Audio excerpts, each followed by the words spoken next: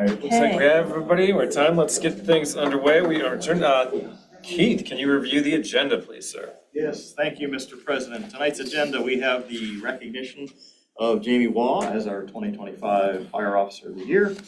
We have the consideration to enact an ordinance to amend Chapter 7, Part 4 of the Mount Lebanon Code related to environmental conditions of property. We also have the consideration of enact an ordinance amending the Mount Lebanon Code, Chapter 4, Part 4, Fire Code regarding volunteer status. It's just implementing terms response firefighter and service firefighter to better delineate the roles of each group. We have a consideration for a resolution calling on the Commonwealth of Pennsylvania to pass legislation to allow for the creation of community energy programs in Pennsylvania. Essentially, the resolution would make it easier for residents to access solar without having to install their own panels. It would reduce energy costs, create jobs, and expand access to alternative energy sources. We have the consideration of a resolution regarding an agreement to reimburse the municipality for providing street sweeping services along state roads. We've done this several times in the past. It's nice we get some money back for those services that we provide. We also have the consideration to purchase a wood chipper to replace a unit that has reached the end of its useful life. And then the consideration to purchase one 2026 Chrysler Pacifica minivan from Cartwright LLC through the Pennsylvania Co-Stars program. This is a recreation department vehicle, and it is replacing the 2011 Dodge Caravan. And I thought it was going to be for the fire department. We can paint it red. All right. Thank you very much. Next, we'll get started with updates on the active transportation plan. Great, thank you, commissioners. Come on up. So with us tonight, we have Alex Peppers and Kristen Saunders from Tool Design, who are our lead consultants on the project. So they have an update here for the group to walk you through. So I will turn it over to Alex, and Eric should walk you forward. Great. Good evening, commission members. Thank you for having us here today to give an update on the Joint Municipal Active Transportation and Safety Action Plan between Dormont and Mount Lebanon. So I will try to keep this as efficient as possible so we can get to any Q&A, but I'll kind of give a brief overview of the project as a whole. An overview of safety issues, our draft active transportation network, our draft street typologies, and then go over what our next steps are. So starting with the project overview, this kicked off early last summer. We've been having regular bi-weekly check-in meetings with core municipal staff from both municipalities. We did some community engagement in the late summer, early fall of last year. In fact, a lot of the charrette and workshop events happened in this room. We talked with agency partners, with PRT. We talked with department folks, including fire, police, public works, and then we invited the public to join us for an open house in the evening to share some feedback.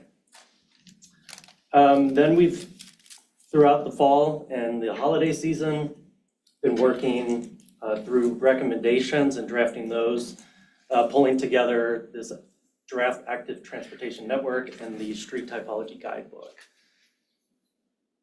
Coming up towards the end of this month, we're going to do what we're calling pop-up engagement at both the Mount Lebanon and Dormont Public Libraries and the East End Brewing Company to share the existing drafts of everything within the plan and ask for any additional feedback. And that's going to be February 25th. February 25th. We walked that date down between the time the slides were published and the presentation, so that's why it's not on the slides, but it is February 25th is that day. That is correct. Yeah. And we'll be sure that Ian can get you the exact timing and locations of each of those three pop-up events. Then we plan to have a full draft of the plan next month, ready for review, do any final revisions, and wrap it up in April.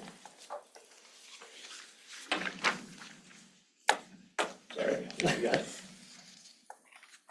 So just real quickly, what is active transportation?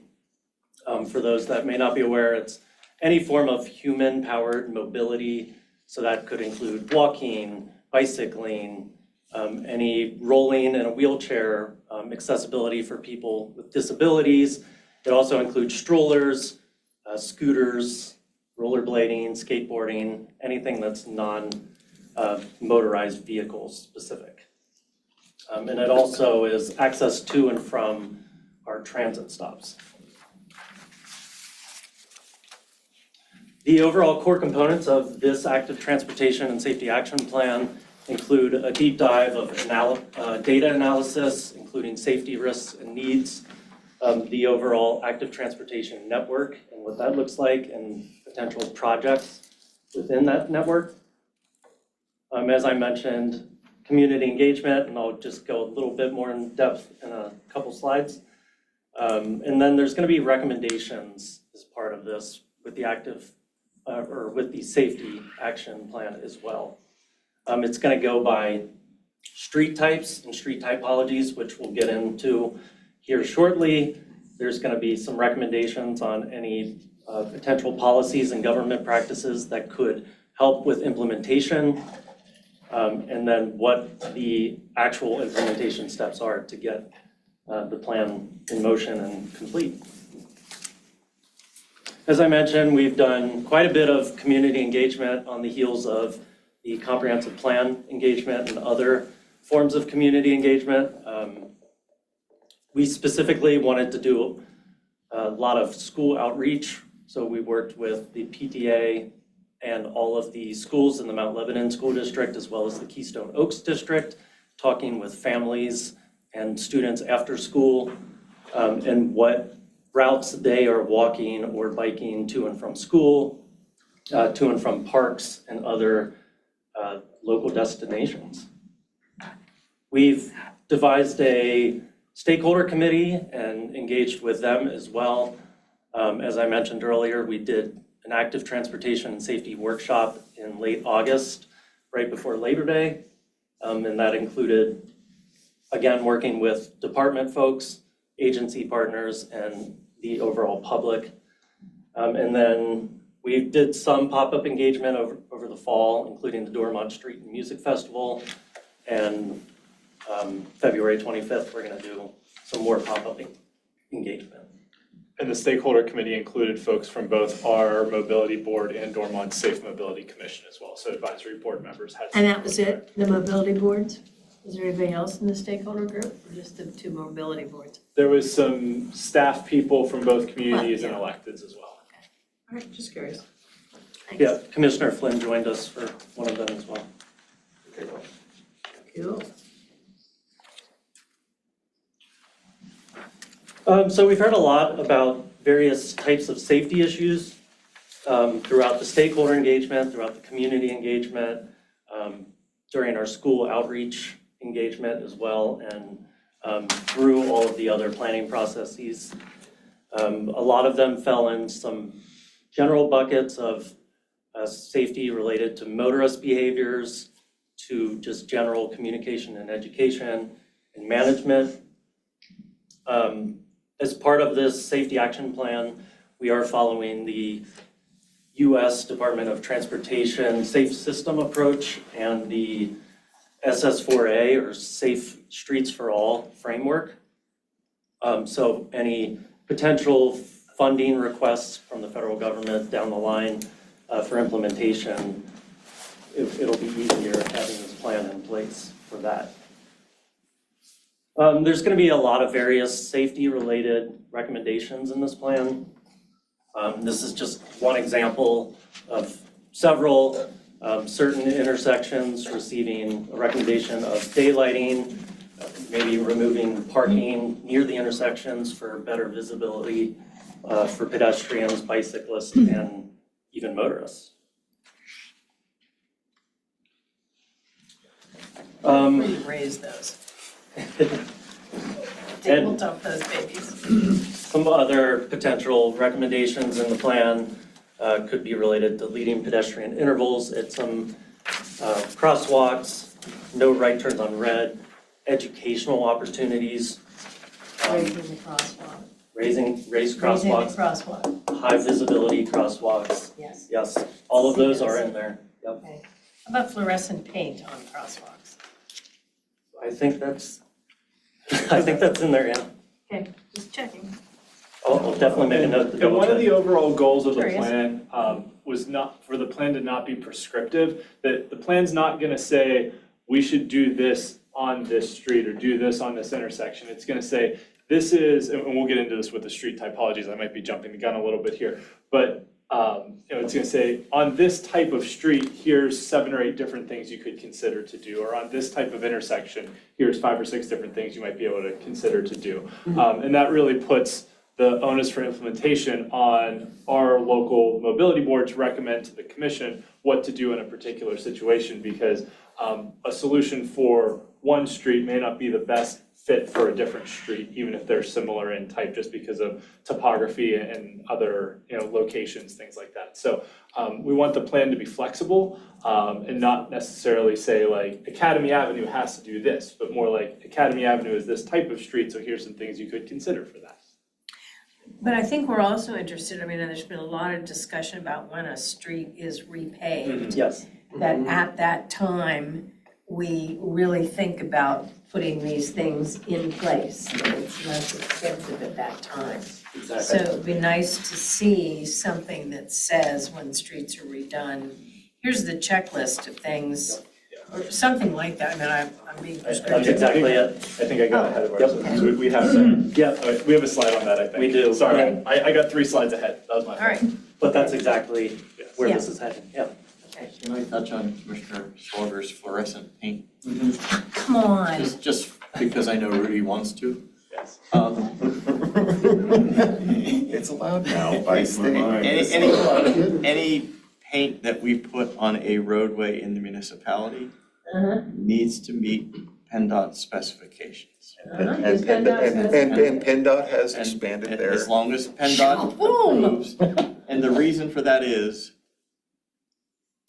we're no different than any other community. We do occasionally receive litigation for someone who slips and falls in a crosswalk or somewhere. And Right. when we do that, we need to be able to say, look, we use Sure. paint number, whatever, and it's an approved paint through PennDOT, so. But they now let us have fluorescent paint. well, they're allowing Look at Rudy won't look the, at the, If you don't make eye contact, you don't have to answer the question. welcome I back, just think Rudy. it's kind of a cool thing, Rudy. What I worry about is, so this is being old and having old eyes. And I worry about seeing people in the dark. And I wonder if, I'd love to just see an experiment It's called trying. retroreflectivity. We use glass beads and embed that in the paint so that it reflects the light back. Yeah, Yeah, and makes it more visible that's correct. At nighttime, correct. at But it's nighttime. not fluorescent. But it's Okay, not fluorescent. okay, I'll stop using fluorescent. Okay. I'll use glass beads. That'll make everybody happy. But I just want to see if we can do it. We did. Oh, I think We it's so already did. cool. We already did. Oh, cool. Yeah. All right, you can tell me where they are so I can drive around and look at them. Thank you. Sorry. No, it's fine. This is great. As part of pulling together the proposed active transportation network, we're essentially looking at the question of which streets make the most sense to prioritize for active transportation projects because they help connect schools, neighborhoods, parks, and other everyday destinations. So ultimately, the goal is to make people feel more comfortable using active transportation, whether it's walking, biking, rolling for short trips that they're already taking in their neighborhood and in the municipality.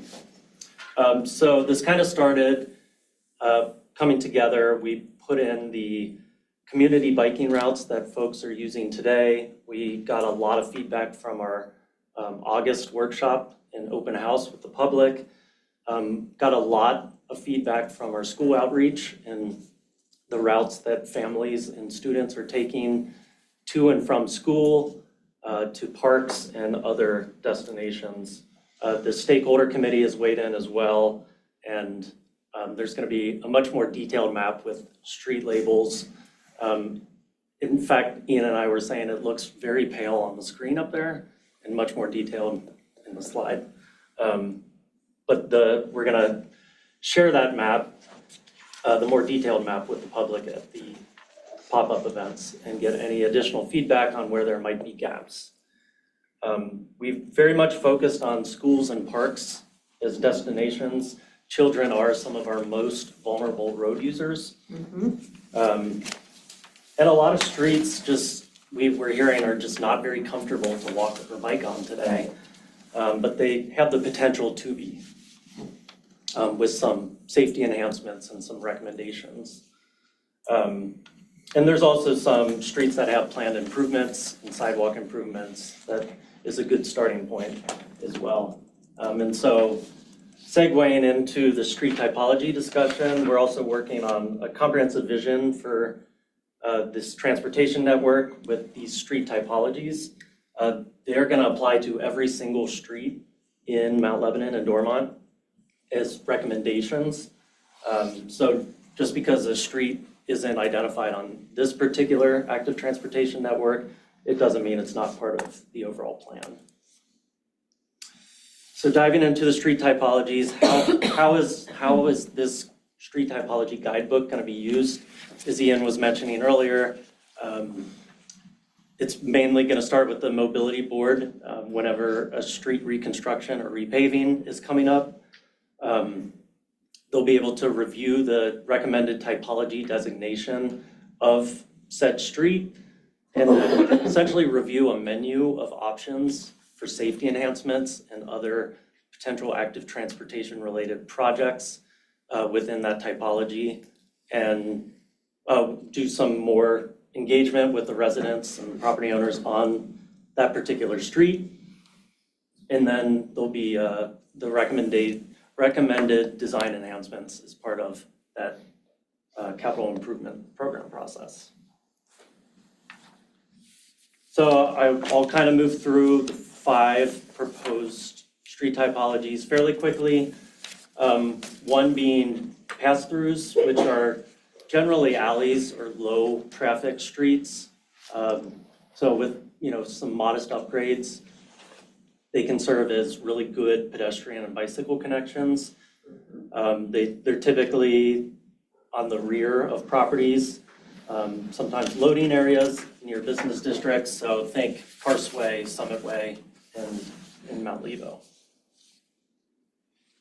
There's suburban residential streets, which are lower density, oftentimes have the rolling curbs or the rolled curbs, buffered sidewalks with trees or utilities. Sometimes they don't have markings on the pavement. So think examples of Pinewood and Altadena. Then there's urban residential streets, which are a little bit more moderate to high density areas, typically in a traditional grid. There's limited driveways, there's an increase of on-street parking demand, there's moderate traffic volumes. It can sometimes be uncomfortable for bicyclists and pedestrians with more traffic and a tighter street network. A couple of examples being like Shady Drive, Academy Avenue. Then there's community connectors. These are linking a lot of the key destinations, what we were talking about earlier, the schools, the parks, the business districts. They generally have higher volume of vehicular traffic, often two-way, on-street parking, and may include bicycle facilities. So some examples, Bower Hill, Connor, McNeely, and Scott. And then the Main Street connectors, these are serving sort of the regional destinations, carrying the higher traffic volumes. It's where transit typically is. And there's sometimes space to think about bicycle facilities and more pedestrian facilities. A couple examples, Beverly and Castle Shannon, for example.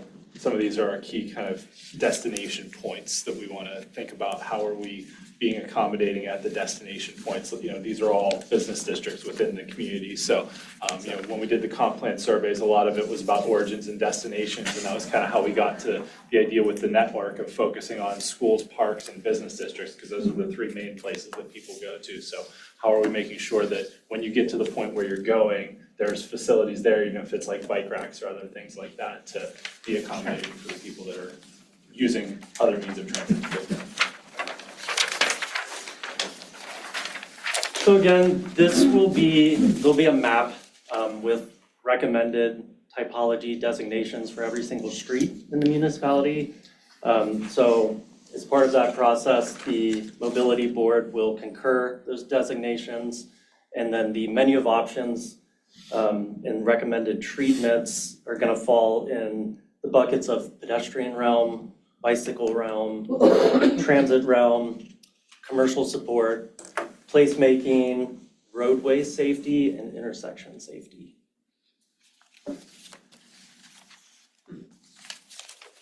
And then finally, as we mentioned, February 25th, we're gonna do another round of pop-up community engagement, seeking feedback on the draft recommendations and the street typologies and the draft network. We're gonna be developing more detailed cross-section visualizations that are gonna go with each of the typologies, a good example of what that looks like and what some of the treatment options would look like visually. As part of this, we're also developing a priority project list with cost estimates and implementation. And how are you coming up with what the priorities are? We've, through a lot of the data analysis, the community engagement, and working with the core management team, including Ian, we're basically pulling together a long list of potential projects along the active transportation network. And so, as I mentioned, the plan is being drafted. It will be ready for review in March with the plan to have the final document in April. And that's all I have as part of this presentation. Thank you. I have a question. Hurry up. Or Andrew's question. I'm just curious what the school district's involvement in the plan and Yeah. process has been, because we are a walking school district. We do not bus students. Dormont is Keystone Oaks, so there's 3 communities, Castle Shannon, Dormont, and Green Tree. I do not believe that Dormont students are bused because they're 9/10 of a square mile from a community size. So I think it's important for us to know that the school district has been involved, because we had, at what time were referred to as safe walking routes to schools. That was a government designation, no longer in existence. We have talked about changing some terminology to refer to those as recommended walking routes to school, and also working closely with the school district to re-examine what some of those routes actually are. So being an active transportation plan, I just wondered what input we've gotten from the school district. So the president of the PTA council is on the steering committee, and she's been to all the meetings and actually took the map exercise out and did the map exercise at a couple of the other elementary schools too, to get additional All of feedback. them. All of them? Every Did all? single one. Okay. And then we've also had some, high-level discussions with some other folks at the school district as well. But the PTA council is really very tapped into kind of the needs of the, kids walking to school and things like that tied in very well with the, public outreach we were doing in the plan. So to that end, right, to follow on to Keith's question, will there be recommendations on school district policies related to transportation of students? Any review of what they do today and recommendations for what the school district should be considering in terms of policies for children? Yes, that is part of this. Yes. Anything that stood out in terms of school district policies yet? Like they should be able to ride their bikes to I was school? gonna say Yeah, I that. think that was Yeah, one. that was- That one, I think that was- that's kind of obvious. Yeah. And also, I know that currently our police department is doing an analysis of the crossing guard posts in conjunction with the school district, so we're gonna plug that analysis into this as well. Because looking at how, the crossing guards are our employees, but how they're deployed and where we put them kind of directs students of where the best routes to walk are. So if we're missing locations or if we need to rethink those locations, I think that's an important tie-in as well. But to Commissioner Swagger-Wilson's point, the no biking to school and not really being accommodating of kids riding bikes to school is definitely a big hurdle that we've seen. It's bikes, it's motorized scooters, right? So it's, the e-bikes and motorized scooters have created a larger user group than previously existed. So again, having some recommendations or a plan in place. And we'll have to do that in conjunction with the school district because I believe that the school districts do not currently permit either mode of transportation for elementary. And something that gets to the education piece too, about how to safely operate motorized scooters and e-bikes around too. 'Cause there's- Don't let them have them till their frontal lobes are fully developed. So when they're Same about 27 cars. years old. Yeah, 27, it's about right. So what's the output gonna be when you're done? What will we have? You will have a plan that has the street typology guidebook, the draft recommendations as far as safety, and the SS4A framework, and the overall active transportation draft network. Those are the big outputs. Will that be in a PDF? Will we have a downloadable list of all the streets and all the typologies and all the crash data that you've collected and that analyzed, all of your raw outputs? Yeah, it'll be a complete plan, and then Ian will get all of the raw data behind it as well. And I know we've talked about figuring out how to do it online as well. Yeah, and how to tie it in with our comp plan and how to dashboard some of the recommendations like we've done with the comp plan dashboard to make it easier to track and plug some of those things in. And also being able to tie in with our ArcGIS online system, some of the, having a layer that has what the street typology is too. So that then when we start looking at streets, right, and looking through the process, because some of this, to go back to the slide about what the typologies are for, right, and how will they be used. Some of this falls to establishing a process, and that's one of the other components of the plan is, and for both communities too, let's establish a process of how this plan is going to be used and incorporated into our kind of future thinking about street reconstruction, and where does this plug in that process? Well, and I think that's where I'm most interested, just looking at, and you and I have talked about this, and I can say we've talked about this because we put this together. Yes, we do. So I'm very curious, if this is best practice, what is Tool doing? Because Ian and I put this together, Correct. okay? Yeah, So I really want to make sure that we're getting our money's worth, yes. right? You guys are supposed to be, highly renowned in terms of active transportation and all this process. And if I'm the one coming up with the process around how to do street design in a municipality, we're all in big trouble. You guys work with cities all over the country.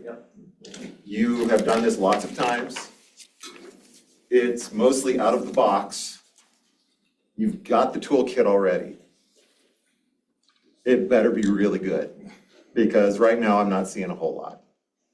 There's lots of talking, but honestly, you can go to any number of cities around the world who've already done this.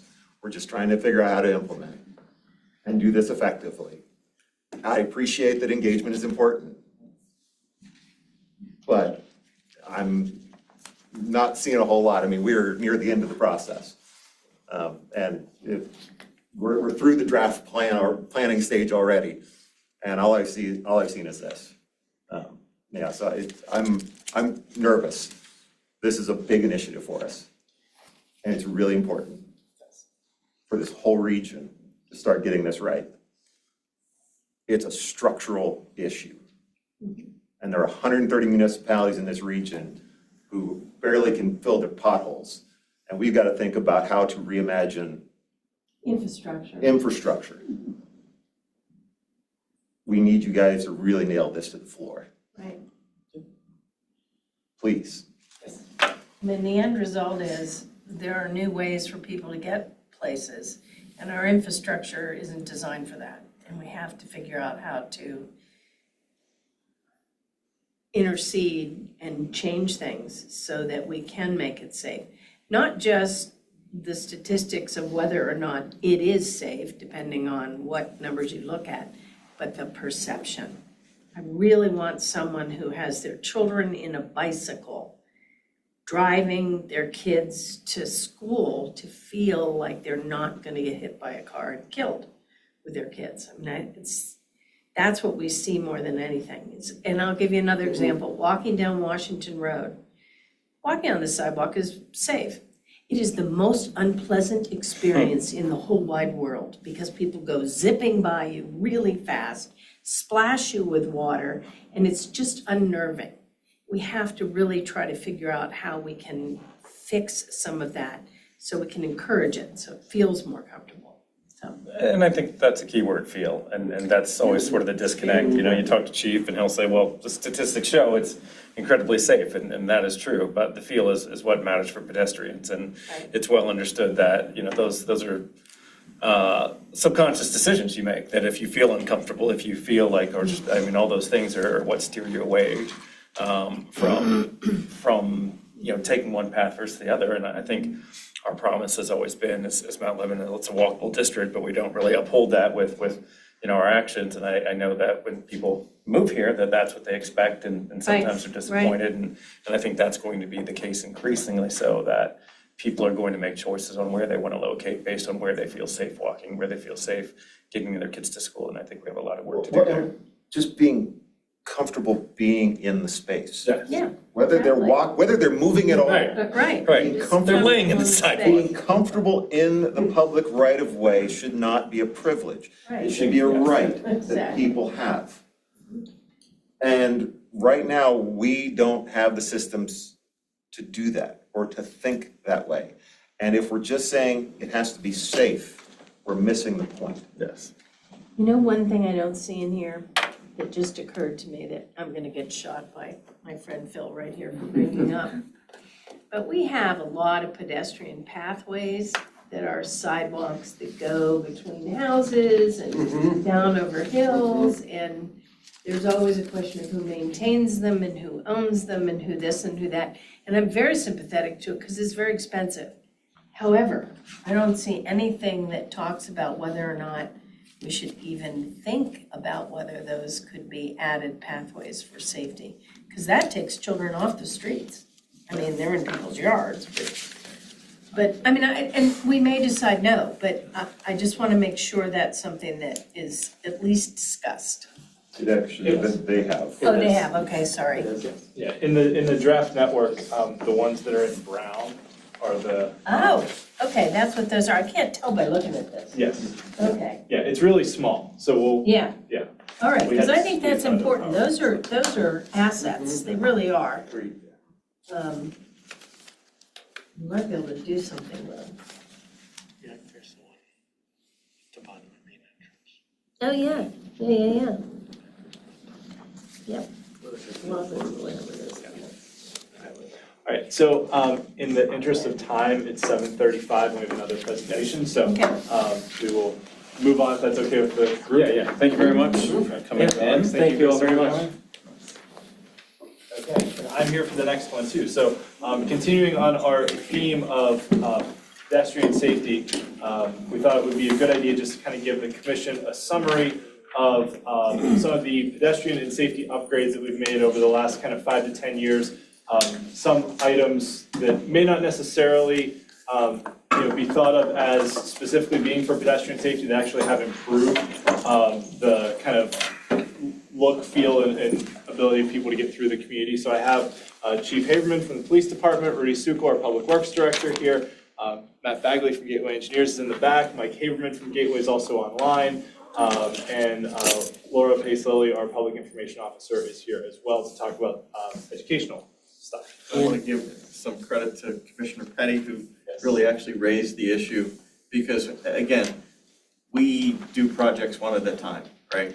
So we take incremental steps towards pedestrian safety and upgrades to our infrastructure, but sometimes we need to take a step back and look at all of those collectively to really understand and realize the amount of investment that we've made and continue to make in those improvements, so. Thanks. And Ian has my alma mater picture with the young man on the front cover. Very good. Off to a good start here. Okay. So first we'll turn it over to Chief Haberman to talk about some of the just statistics. They pulled, almost 3 years worth of data on Uptown Washington Road. So I'll turn it over to the chief to talk about some of the crash data specifically through the Uptown District. Yeah, so if you look, this data was something we started a couple of months ago. It was compiled in December. And so our busiest intersection by volume is Gilkison and Washington. It's about 3 times the volume of traffic as this portion of the roadway.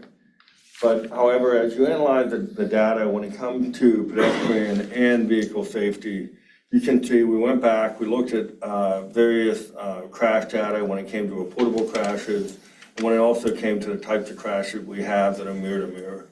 Vast majority, 190 plus, are mirror-to-mirror crashes. What does that mean? Somebody takes a Okay. mirror off Side the mirror. vehicle as you're driving. Yeah, that's, Not where putting your you're, there's no injury, where it's just a mirror of a vehicle or a truck. What we're learning and what we've assessed over the last number of years, the engineering of vehicles, mirrors have extended further out, vehicles have become wider, and it's very apparent to us without even a scientific study that that's the case. And that has caused a significant number of those types of crashes. And we do reports on all of those that we have, and then you see the 51 reportable that required a tow or an injury. Of those, 29 were injuries, none were critical. The rate you see there, the 0.00002% rate of injury, is for pedestrians or vehicles traveling on that roadway during that reporting time. The rate of injury is that low. That is all combined. Then as we analyze the data further, you can look at the pedestrian crashes we had. 3 were the crashes of the driver, 3 were at fault of the pedestrian. People, I always say in the podcast I do and everything I say, you always want to be where people expect you to be. And that when you're not, at a basic level, things happen and bad things happen. And when you're at places where people don't expect you, whether you're walking or driving, and that's either pulling through a parking stall that's not made to be pulled through, or driving on a roadway that's not made to be driven on, or walking on a roadway that's not made to be walked on, that is when bad things happen. And so when we analyze all our crash data, that's what we look at. One of the things you look at with the 3 that were the fault of the driver, one of the things, typically we call them A-pillar crashes, which are the A-pillar is that part of your vehicle that connects the roof of your vehicle to the front of the hood. What we find is the A-pillar crashes are typically the highest number of crashes we have. And what that does is when you have a pedestrian walking, and imagine that post of your vehicle technically covering up the pedestrian as they walk, and as you turn based on topography. So if you look at, for example, at Rollers, Shady in Washington, you typically, you can literally, not typically, but literally be facing uphill and cover a pedestrian who's walking if you're going that exact. So that had happened. We noted that in one of the crash investigations. In addition to this, what you have is we had 3 additional crashes throughout the municipality that involved pedestrians. Cedar at Holdcrest, Cedar at Morgan's, that was the most recent one. Again, noted as an A-pillar crash that covered up the view of the driver to the pedestrian. And Washington and Vernon, where again, it was, again, not the fault of the driver. but pedestrians were where they shouldn't have been. We continue to double down our efforts on distracted driving, education, and informing the public on the new traffic laws, the Paul Miller Law, and other things and tools in our toolbox. We continue to write initiatives such as what we call our Frogger details, which we continue to do. We continue to obviously stop and cite. Our traffic stops continue to increase a significant number. Last year's total was 2,550 traffic stops were conducted, which was over 200 more than the year prior, and that's continued to escalate since 2020, which was our low water mark due to obvious factors of COVID and the pandemic being out of our control. So we continue to do those efforts when it comes to the data that we have and the statistics that we evaluate. And every crash is evaluated, not only investigated, but evaluated for things we can do at that intersection. And we currently don't have any current intersections that garner any additional attention by way of PennDOT metrics. That would be a multiple number of crashes in a reporting period. We don't have any of those locations. Unfortunately, can't do the near misses. Correct. And that's really- Not a metric that we can measure. You know, I think about Cedar and Cochran, and that's just a hideous intersection if you're trying to cross it. Near misses. All right, so we will now move on to Rudy Supo, our Public Works Director, to talk about some of the upgrades that we have made and investments we've made over the last few years. Thanks. Eric, I can see on the screen, okay. well, just move. Okay, you might have to instruct me on that. Just joking. So yeah, I just wanted to review some of the things that we've done over the last 5 to 10 years and, answer any questions you might have. But as Keith mentioned before, give a comprehensive review. You do these things year in and year out, and you forget what you did, and to pull it all together and see that we have done a lot of work and spent a lot of money over the last 5 to 10 years to improve not only pedestrian safety, but motorist safety as well. So some of the hardscape projects were the Cedar Salem Hollycrest project. This was a fan favorite of the community, the flashing pedestrian devices and the bump outs to narrow the crossing distance for the pedestrian. This has been a real improvement down there. Everyone is very happy with this. I think everyone agrees. Money well spent. Morgan and Cedar, we changed the signal operation and function there a little bit. Gave a protected left turn coming off of Morgan Drive, separated the signal phases. That not only increased safety for vehicles, but also for pedestrians, because there's not that aggressive movement across there. Everybody has more time to think. It's much better for everyone. The traffic calming project that we did through the Arden corridor, speed humps were added, traffic circles, traffic islands. That was kind of a learning process. I think that's one of the first circles we put in. So, there were some lessons learned there with plants and visibility and some signage and things like that. I think some people still think it's a jump. I think so, yeah. And it's, some of that, Only for fire engines. we put delineators and so forth, so you have to think some of that's intentional. I mean, because how else do you drive over a white post in the middle of the road without, intentionally doing that? So, and we've put multiple delineators up there to replace the damaged ones.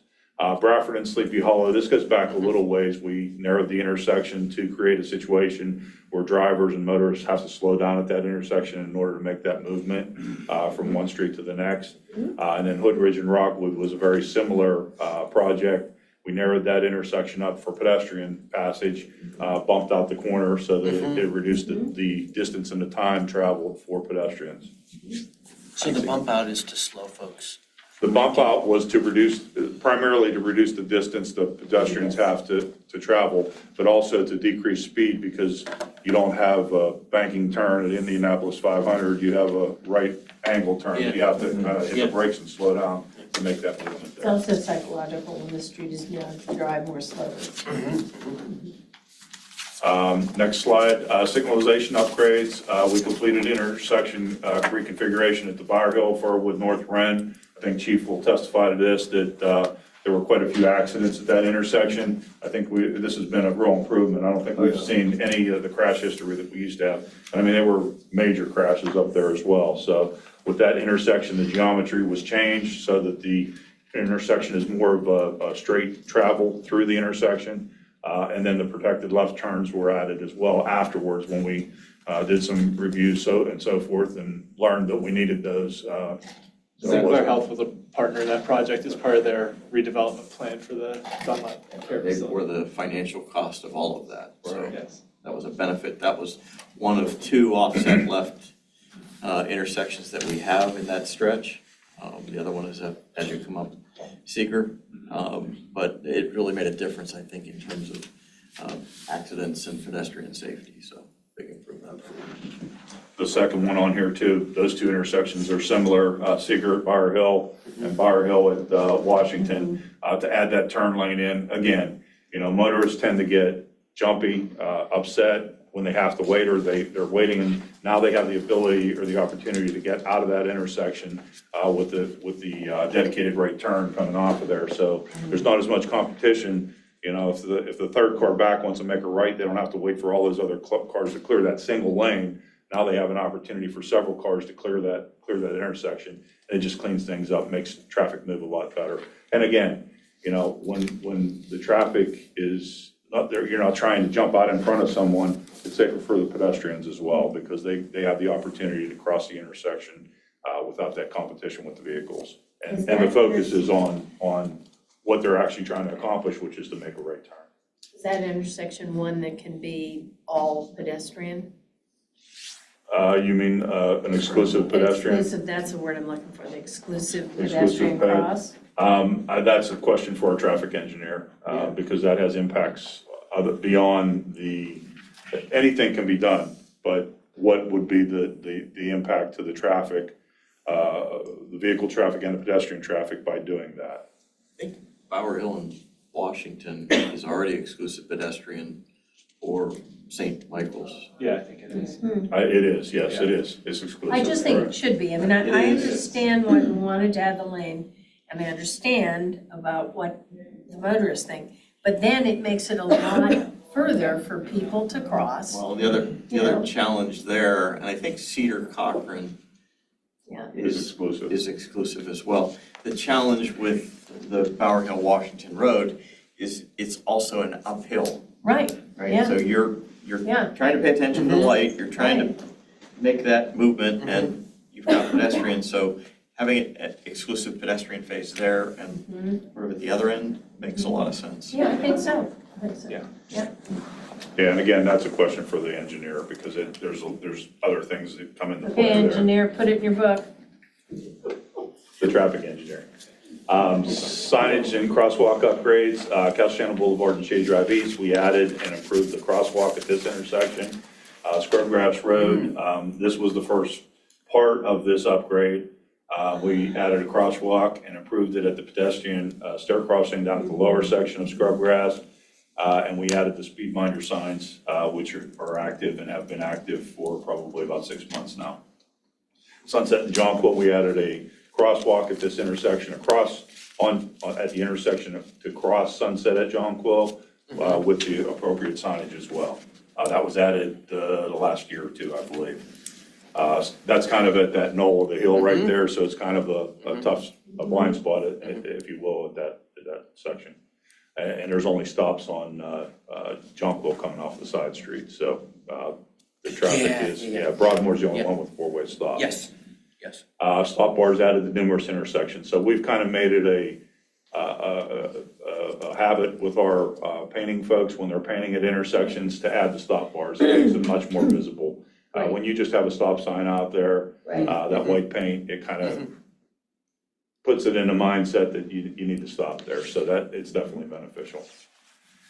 Sidewalk network, 77% of the municipal streets have sidewalks, sidewalk coverage, at least one side.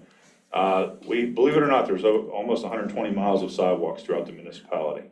You don't realize until you start measuring them and put them in GIS, and total them all up, how much sidewalk there actually is out there. We established this 10-zone system probably about 15, 20 years ago. We did this to kind of organize the attack, if you will, of how to replace and coordinate the efforts of replacing and repairing sidewalks, both the programs of the root damage sidewalks and the assessment program. So we started year one in section 1, and we're currently working in areas 9 and 10. Pulled together the work that we've done over the last couple of years. Next slide, please. So the root damage program, each one of those dots represents a slab that we replaced in the last 5 years, since it was 6 years, 2019. We replaced almost 5,000 slabs. You know, I know we have this conversation almost annually with the budget review. What can we do? How can we do more? We've done a lot. That's a lot of work that's been accomplished over the years. That's not only contractual, but there are certain situations and certain times when we will have our own staff go out and replace some slabs.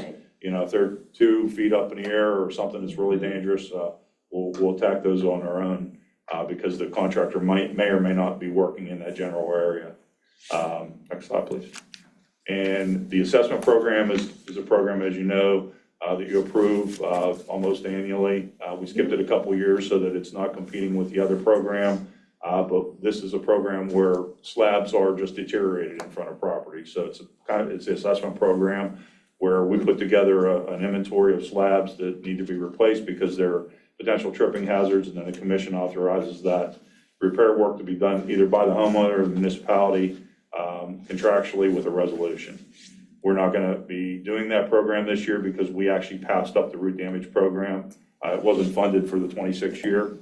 So we actually, you can see where we left off up in 9 and 10. Yeah. We want to get the root damage done first because that gets, we want to have that finished before we get in there with the assessment, because the municipality takes responsibility for those slabs that are root damaged. And when we force the homeowner to do the assessment work, we want to make sure we have that work done first. Next. Accessibility upgrades. We have a long-standing program of replacing, upgrading, and repairing ADA ramps. A lot of that work is done through the CDBG program, which is a county program. We pay about 50 cents on the dollar for that program to replace those ramps. We do about 8 to 10 per year. Working with Mr. Bagley, our engineer who's in the back of the room, we've tried to coordinate that and get out in front of our street reconstruction and street resurfacing programs so that we're not spending asphalt dollars on concrete to do ramps. We've tried to coordinate that so that we have those finished in front of those particular programs. We also install new ramps as part of any reconstruction program. That's actually a federal rule, federal law, where if you touch it, you have to replace it and make sure it's compliant. Correct. Accessibility, pedestrian signals, APS is the buttons that talk and indicate when it's safe to cross and when it's not safe to cross. Uptown Business District, those were just installed recently last year. Cochran and Washington, that intersection near the school was done. Cochran and Cedar was done a few years ago, as well as Bower Hill and Washington. I'll talk about the sidewalk expansion project. So you've already heard from me many times about this, so just real quick. We did make some policy updates. In 2023, we retooled the whole policy, and last year approved an update to the policy as well after some lessons learned on the Woodland Drive project. And new sidewalks were installed by the municipality on North Meadowcroft in 2014, and then Woodland last year, and Greenhurst is slated to happen this year. Our engineers are working through the bid documents. We had a neighborhood meeting on that in January, so that project is rolling along, and the Mobility Board and Commission have recommended and prioritized future places for sidewalks to go as well. So after Greenhurst this year, Lakemont is the one slated for next year based on Commission direction. And then one other thing we wanted to touch on also is just the process for changes. So speaking about signal timings and the all walk phases and things like that, PennDOT has signalization plans for all of our intersections, and basically PennDOT has to approve, because PennDOT, especially through their corridors of streets that they own, have signal synchronization plans so that like the lights queue up together and the pedestrian phases queue up together and things like that. So PennDOT has to approve any changes to signal timings or signal equipment upgrades or any of the audio audible pedestrian signal installations, as well as any changes on PennDOT-owned roadways, including Washington Road, Connor Gilkison, Kelso, Cochrane, any of those roads, Scott, Castle Shannon, yeah. Yes, that are owned by PennDOT. They have jurisdiction over kind of what happens within their roadways and their intersections. And then PennDOT also issues highway occupancy permits for proposed new accesses to any of their roadways. So if someone wants to cut a new driveway in and you're on Gilkison Road, you can't just go do it. You have to get a permit from PennDOT. So they control all the accesses to their roads as well. The Mobility Board and Commission, as I talked about, have done a lot on the sidewalk expansion, as well as some of the hardscape and tactical urbanism projects like Arden Road, the one you talked about down at Cedar and Hollycrest came out of the Mobility Board and through the Commission. And then, as we talked about with the Active Transportation Plan implementation, the Mobility Board is going to play a key role in that, recommending things to the Commission. And then finally, staff-driven projects, as Rudy mentioned, we're continually chasing those CDBG dollars through the county grant program for the ADA ramp upgrades. Some signage updates we can do in-house with Rudy's crews and what we have in Public Works, as well as the crosswalk and stop bar updates that our painting crews do. And then the root damage sidewalk program, which we hire a contractor to do the program, but it's run through Public Works and they oversee the program as well. And then finally, on the education piece, we're short on time, so I'll just run through this, and if I miss anything, Laura can tell me. So we originally, about 10 years ago, had the Look Up Levo campaign that then shifted to the Pace Yourselves Levo campaign that basically focuses on pedestrians, automobiles, cyclists, and everyone being safe on roadways and the whole use of the right-of-way. It's roadways, it's sidewalks, it's people walking, it's people biking, it's people driving. So we've included safety tips in every issue of Mount Lebanon Magazine, including some large-scale stories. There's school programs on it. We've done multiple podcasts, social media posts, a dedicated page on the municipal website about safety and transportation, and some other various ways to get the word out. And as the police chief mentioned at the beginning too, just trying to educate people on things like Paul Miller's Law and distracted driving, and not just for people operating a vehicle doing that, but to look around when you're traversing the community, right? Because if you're on your phone when you're crossing a street, if someone else does something dumb, you may not see them. And one of the key tenets of active transportation is that people make mistakes, and people will make mistakes, but we want to try and design things to mitigate the impacts of those mistakes. So the idea is that, if you're aware of your surroundings at all times, then, the more we can do to educate people, if it's drivers being aware of pedestrians and cyclists and other people around them, if it's pedestrians being aware of, okay, I can cross Washington Road right now, but that car looks like it's gonna make a U-turn in the middle of our business district. They're doing something dumb, so I'm gonna wait a minute rather than being on their phone. That can be helpful and beneficial as well. So everyone plays a role in it, and that's the kind of everyone piece of the Pace Yourself campaign. So with that, it is 8 o'clock exactly, and we're happy to answer any quick questions that you might have. I want to first say thank you, and to recognize I know how much has been done. I caught your comment, Rudy, that we do a lot. Yeah, you have. I mean, I know that your department and all the departments have done a ton and really put the work in, but I also know that it's something we're going to keep pushing on, that it's something that we really want to see more progress on, that it's extremely important, I think, to the health of our residents and to the future of the neighborhood. So to that point, I did want to ask you all, what are your current concerns and what do you need to be more effective at towards safety, pedestrian safety?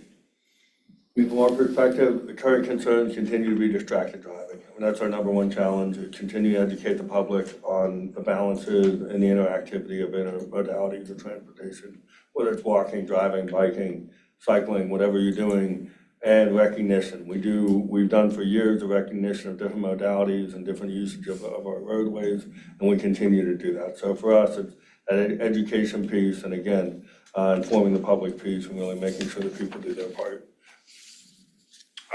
For us, I think it's just continue to funding, on the path we're on. I mean, there could be opportunities to do more at different times, but, look for those. And, we do lessons learned after every project, every year, annually with our engineering team and from Gateway to try and improve services, increase efficiencies, and, just get a good job done. So that's really what we're looking to do. But I think if we just, stay committed and stay on the path we're on, I think we're on a pretty good path right now. And real quick now, yeah, and I think what strikes me too is that we're generally reactive, and that's something that we have to figure out, I think, as a body, is how to become more proactive and make sure that we're not waiting until we see these sort of problem areas and get out in front of them, but that's kind of on us, I think, to figure out.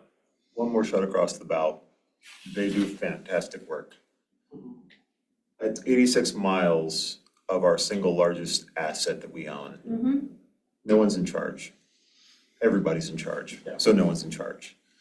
My single biggest concern is that Chief Haberman's responsible for the immediate safety of all users. Rudy's responsible for, maintaining the assets. Ian's responsible for, trying to keep all the plans of everything in the entire municipality going. And Gateway, who is actually not employed by us, is responsible for designing things when we bring them in. I think we have we need to seriously consider bringing in somebody, whether we hire a municipal engineer to be the primary lead for all municipal projects, or we need to hire a planner who is solely responsible for the infrastructure tied to the right-of-way. Something needs to change to give us capacity to proactively manage these spaces more effectively, because these three gentlemen work their butts off and do great work. Right, yeah. But it's not their job, and we need to give it to somebody. And nobody on staff has, failed. I think we as a community are recognizing we have an evolving need, and we need to resource it. Especially with e-bikes and the motorized scooters. I mean, this is, It's changing. it is changing. And the reality is when we have entire metropolitan regions, major metropolitan regions, fundamentally transforming their transportation infrastructure within a decade, we can do it too. But we have to be really thoughtful about how we resource it and give the support to put those moves in place. Absolutely. Keith, you had a comment? I was just, I think a lot of this ties back to the active transportation plan. Once we actually get those implementation recommendations, it becomes a question of, resources to actually put those improvements in place. And then to the commission to prioritize, where we're going to spend those dollars, because that is always the biggest challenge, is how to fund some of these things. I think once we have that information, I agree with Commissioner Flynn that we should probably take a look at it from a staffing standpoint, whether that's I'm, just because of my past life, would like the planner tied to infrastructure approach a little bit better. Yes, 100%. Because I think that gives us some additional capacity over just an in-house engineer for municipal projects, because there's the ability to have sort of creep or drift to that mission. Sure. As opposed to Okay, the other completely routes. great. Fantastic, great conversation. Thank you, everybody, for your contributions, and we'll reconvene in the chambers.